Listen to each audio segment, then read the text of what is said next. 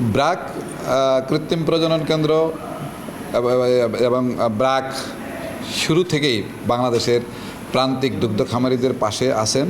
তো ব্রাক কৃত্রিম প্রজনন এন্টারপ্রাইজ যেভাবে কার্যক্রমগুলো পরিচালনা করছে, এগুলোর মধ্যে শতভাগই উদ্দেশ্য হলো খামারিদের গাভীর দুধের উৎপাদন বৃদ্ধি এবং মাংস বৃদ্ধি। যেই গাভীর দুধ এবং মাংস উৎপাদনের মাধ্যমে বাংলাদেশের নিরাপদ আমিষ এর চাহিদা পূরণ হবে।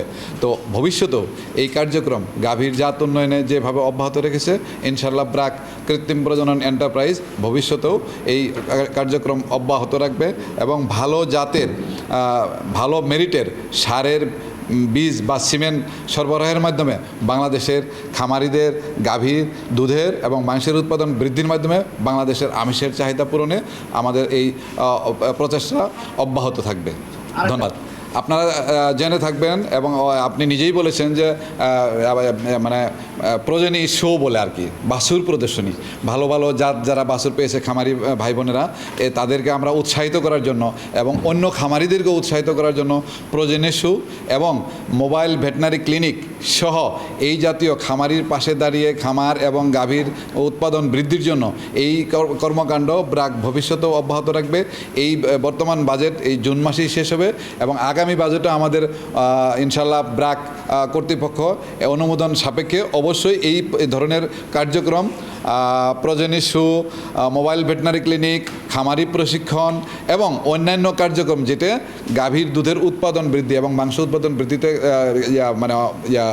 অব্যাহত থাকবে বা অংশগ্রহণের মাধ্যমে গাভীর দুধের উৎপাদন বৃদ্ধি পাবে, সেটা নিঃসন্দেহে প্রত্যেক বছরই আমরা অব্যাহত রাখবো এবং আরও কীভাবে উন্নতভাবে আমরা ভালোভাবে খামারিদের পাশে এই কার্যক্রমগুলো নিয়ে থাকতে পারি, এটা আমাদের অব্যাহত থাকবে। এই ধরনের কার্যক্রম কর্মসূচি অবশ্যই, কারণ ব্রাক একা তো আসলে পারবে না, সরকারি সহযোগিতার মাধ্যমে অন্যান্য প্রতিষ্ঠান যারা আছেন, অন্যান্য স্টেক হোল্ডার বলবো, তারাও যদি এগিয়ে আসে, বাংলাদেশের জাতীয় পর্যায়ে দুধের উৎপাদন বৃদ্ধির মাধ্যমে বিদেশ থেকে যে দুধের আমদানি করা হয় সেটা কম হবে এবং আমাদের দেশের অর্থ দেশে থাকবে, এখানে কর্মসংস্থানের সৃষ্টি হবে। এই জন্য আমি মনে করি যে অন্যান্য প্রতিষ্ঠানেরও এই সমস্ত কার্যক্রমে এগিয়ে আসা উচিত। ধন্যবাদ। না, ব্রাকের যেই খামারিদের জন্য আজকের যে আয়োজন, তাদেরকে ধন্যবাদ জানাই এবং এই আয়োজনগুলো করা দরকার।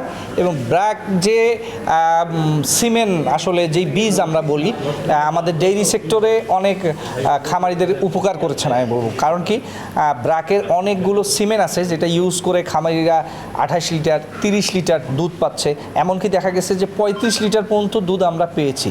এবং এই বীজগুলো যেগুলো ইউজ করছি বাইরের বীজ, অবশ্যই বাইরে থেকে আসছে এই বীজগুলো, যেমন 185, 186, 335, 334, এই বীজগুলোর কিন্তু এই গরুগুলো যেটা আমরা খামারে ইউজ করতেছি, তারপর একটা বাচ্চা হয় যেটা সার হয়, সেটা অত্যন্ত বড় হয়। 2 বছরে দেখা গেছে প্রায় 10 মনের কাছাকাছি, 11 মন 12 মন হয়ে যায়।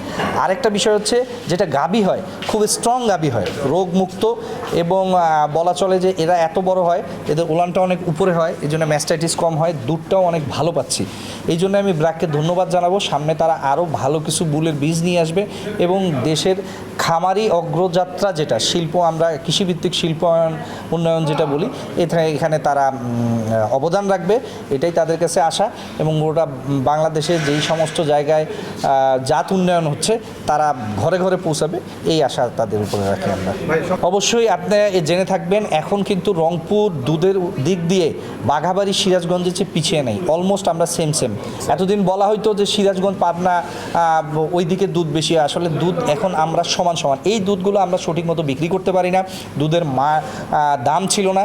বর্তমানে আমাদের, আপনারা জানেন যে প্রধানমন্ত্রী আমাদের চেয়ারম্যান শাথিল রহমান সাহেবকে দায়িত্ব দেওয়ার পর উনি খুব দ্রুত মিলভিটা নিয়ে সুদূর প্রসারণের কিছু পরিকল্পনা করেছেন। উনি আমাদের মতো খামারিদেরকে এই পরিচালক ডাইরেক্টর হিসেবে নিয়োগ দিয়েছেন শুধু এই ডেইরি উন্নয়ন করার জন্য।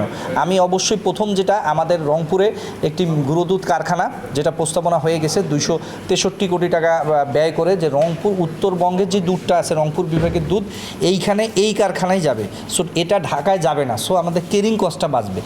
অবশ্যই আমাদের এর মধ্যে মিটিং হয়েছে, খুব দ্রুত ঘোষণা আসবে, ঘোষণাটা আমি এখন দিব না।